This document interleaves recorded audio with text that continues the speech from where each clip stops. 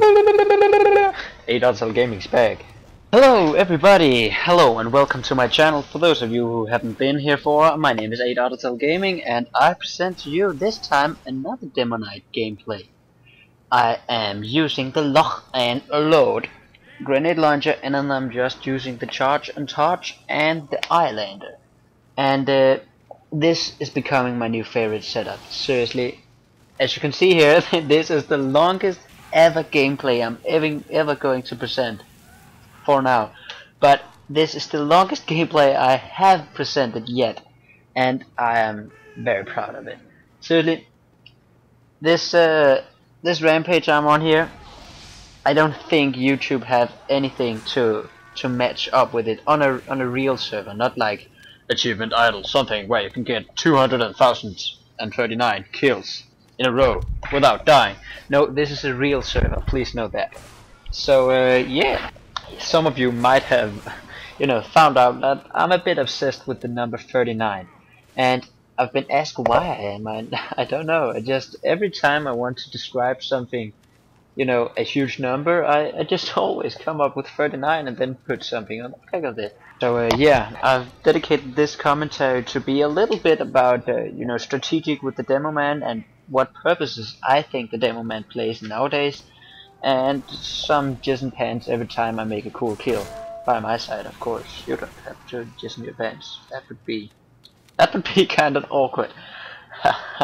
So yeah, as you can see, the weapon I'm using right now is the loch'n'load.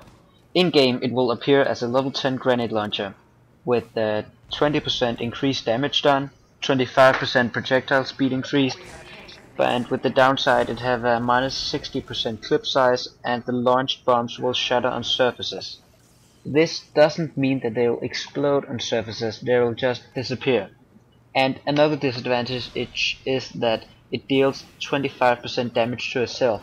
It doesn't mean that it hurts shooting it, but on close range you'll deal more damage to yourself than you will deal to your enemy.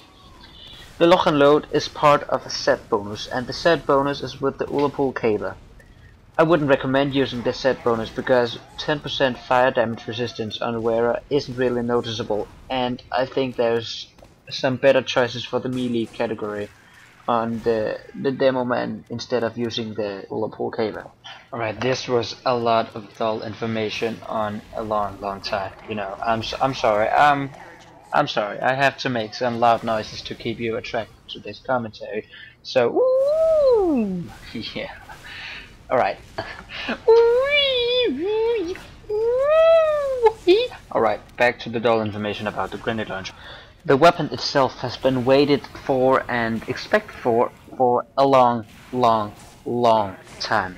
Especially by me, because I play a lot of demo man and I like the regular grenade launcher. I just thought that every else class got a primary update and the demo man didn't get one. So when I saw on the Australian Christmas update that demo man got a new primary weapon, I was so happy. So the first thing I did was I got it right away, and I started using it, and it was so awful.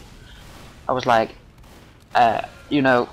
this weapon had a lot of potential, but my KD just dropped, I think, at least by 1 when I used it, and so I threw it away. And there goes my vintage edition, because I crafted it, and now I'm desperately seeking for a vintage edition of the weapon because I really want it, because I use it all the time. Well, this weapon have a lot of potential if you can find out to use it, because if your aim isn't perfect, receive crits, son, it will be absolutely useless. And that's the problem with it. You need training to I make myself sound like a pro. Well, I am, so fuck that. And this weapon, when you can find out to use it, it deals so much damage. And it's so easy to hit when you can, you know how to use it.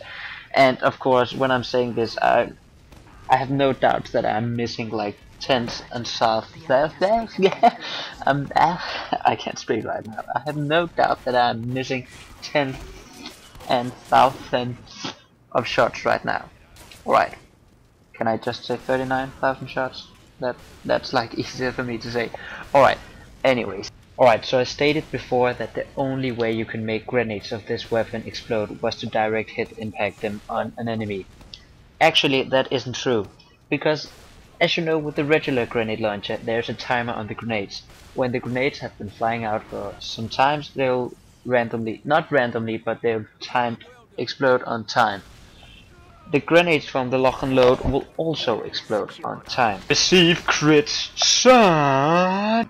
But because of that, the grenades fly much faster and they don't have the ability to roll around on the floor. It will be much harder to aim this, you know, timing probably.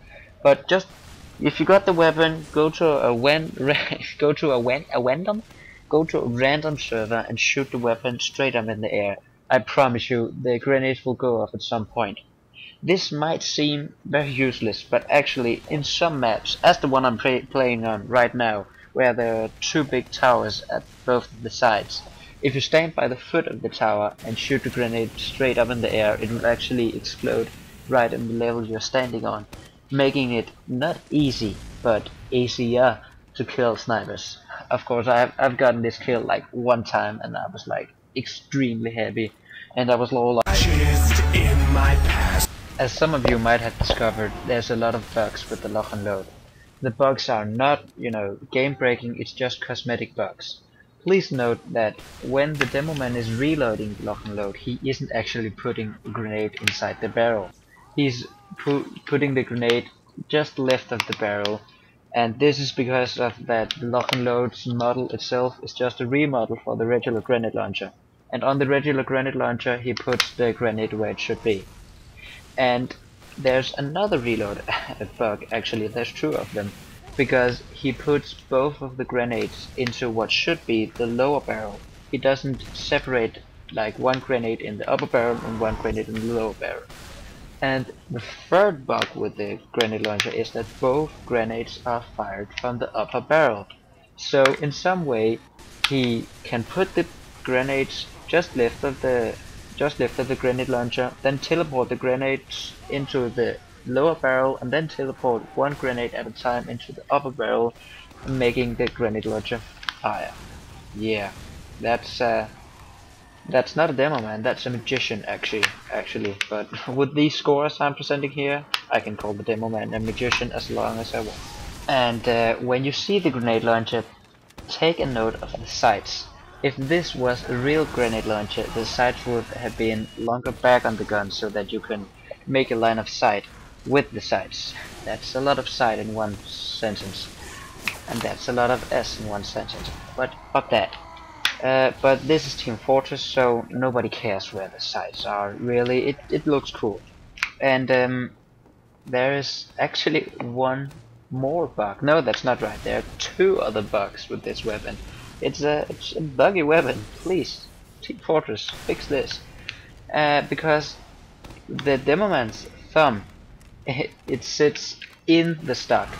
You know, you can watch the thumb go through the stock. It's horrible. I hate it when it does that, because it just looks so stupid, and a large sport game like this cannot allow this kind of fails to happen. The last bug there is with this weapon is that it doesn't show up in the Manco catalog. Go look it up. I don't know why it's not there, but it just doesn't show up. Alright, and now it's starting to look like I really hate this weapon, but I don't. Because this weapon can deal so much damage. It's able to take out snipers in one hit, scouts in one hit, spies in one hit, engineers in one hit, and medics in one hit. That's 5 out of 9 classes it can take out in one hit without crits on. With crits on, it can take out every class in the game with one hit, except for an overhealed heavy.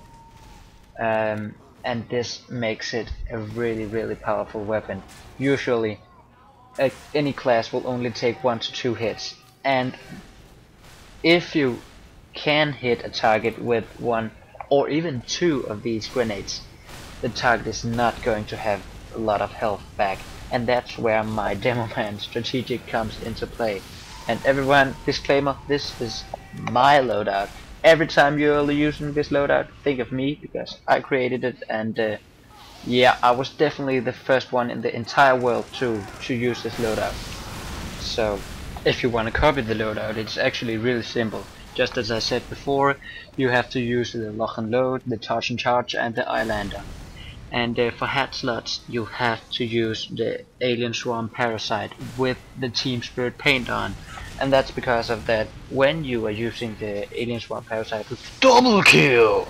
Haha, because when you're using the Alien Swarm Parasite with Team Spirit on, you get a 2+ bonus in motivation. And having 2+ motivation is a huge bonus. It's just enormous, gigantic. And for each and every vintage weapon you get 0.0 points of motivation again. So that's a lot of extra motivation points you can get. And please, someone trade me the the vintage loch'n'load, because I really need that motivation point. So on to my demo tactic. Well, my usual tactic is just to hit the enemy one time with the direct hit grenade. Well, it has to be a direct hit when you're using the loch'n'load, but fuck that. My tactic is to hit them one time and then finish them up with the Islander. And I like to do this because with the high Islander, the hit bonuses you get will be extra health and extra run speed. And running at almost the speed of a scout while having 212 bonus health points is like, you'll be a running tank, but a running Formula 1 tank with a grenade launcher and a sword, who's a Negro. Oh, you can't say that. Who's black? Oh, you can't say that. Who is Afro-American? Yeah. Oh, I'm sorry. Let's take it over. You'll be a Formula 1 tank with a grenade launcher and a sword, who's Afro-American, who's pissed drunk and like to shout at the other players. Awkward silence. And breaking the awkward silence due to the fact that I just hit that soldier from, it was at least 39,000 kilometers away with a direct hit, and he almost died. I can see he had about 2 health points left, if not less, because that was just fucking amazing. And oh my god, he's running a little with charge, and oh my god, a critical rocket! No, that wasn't a rocket. Oh my god, a critical peel to the face! Eat that soldier! Knock it off. No, anyways, I'm pro, so fuck that. Alright, so at this point, I'm trying to heckle this, heckle this pyro, but I think I make my mind up. Can't make my mind up. Let's see. No. Which route can I take? And I needed some health, and I guess I do that in the real world too. I need some good health. That was dirty. That was seriously dirty. Alright, so again, as you can see, I like duff jumping, and I'm duff jumping all over the place again. And alright.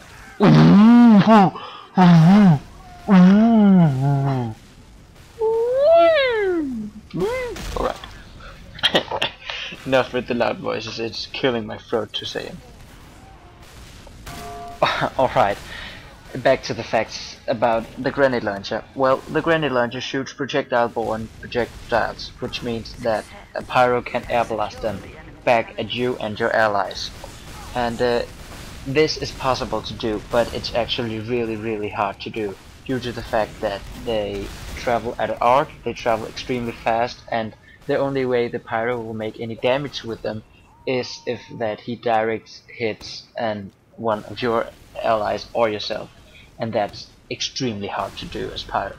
As pyro, when I play pyro, I usually only air blast, use standard rockets and sticky traps and stuff like that. Receive crits, son!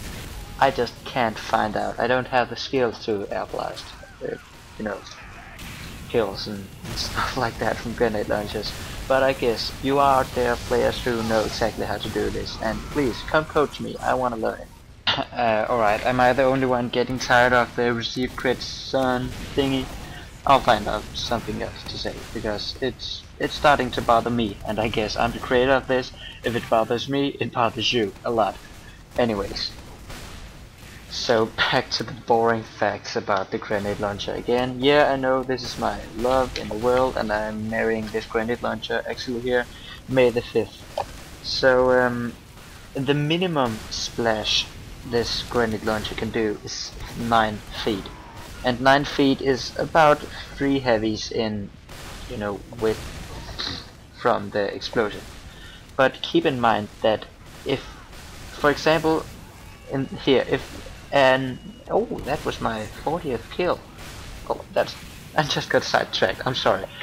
If there's an enemy standing directly behind the enemy you're shooting at, he won't take splash damage due to the fact that the enemy you're shooting at will take the entire blast for him. That's called meat shields, and we don't really like meat shields, and they're just being a loner boner because I took his medkit, the scarf. Are you thinking as fast as I am? I don't think so. Well, I got my ego ready here, so keep that in mind. Well, anyways, and as I'm doing the reload bug again and again and again and again. Oh, that was a nasty jump shot. Whoa. Alright. Enough of the orgasm from my side. And oh, yeah, that was kind of cool too. So that was the scarf from before that I just pissed off. And let's see what happens now. Am I going to whip out my eyelander? No, I'm going to run away. Coward. Damn it! What are you doing, coward? Alright, I guess I have enough health, but I ran out of ammo. And my sword broke. Yeah, that's what happens. Decapitation! That was awkward. Decapitation! Alright. Alright, I think I'm done, screaming all over my kills. And just forget that. Just forget that thought. Damn, I need to work on my silent T. That sound I can't make. Oh, that's annoying. But anyway, equip this weapon. Try to use it, because when you get kills like the one I just got before, you'll be so happy. Well, anyways, guys, this was 8 Artists of Gaming presenting the longest ever Demo Night Rampage gameplay on the entire YouTube. If you have seen my videos so far, thank you. And yeah, have an awesome day. See ya later.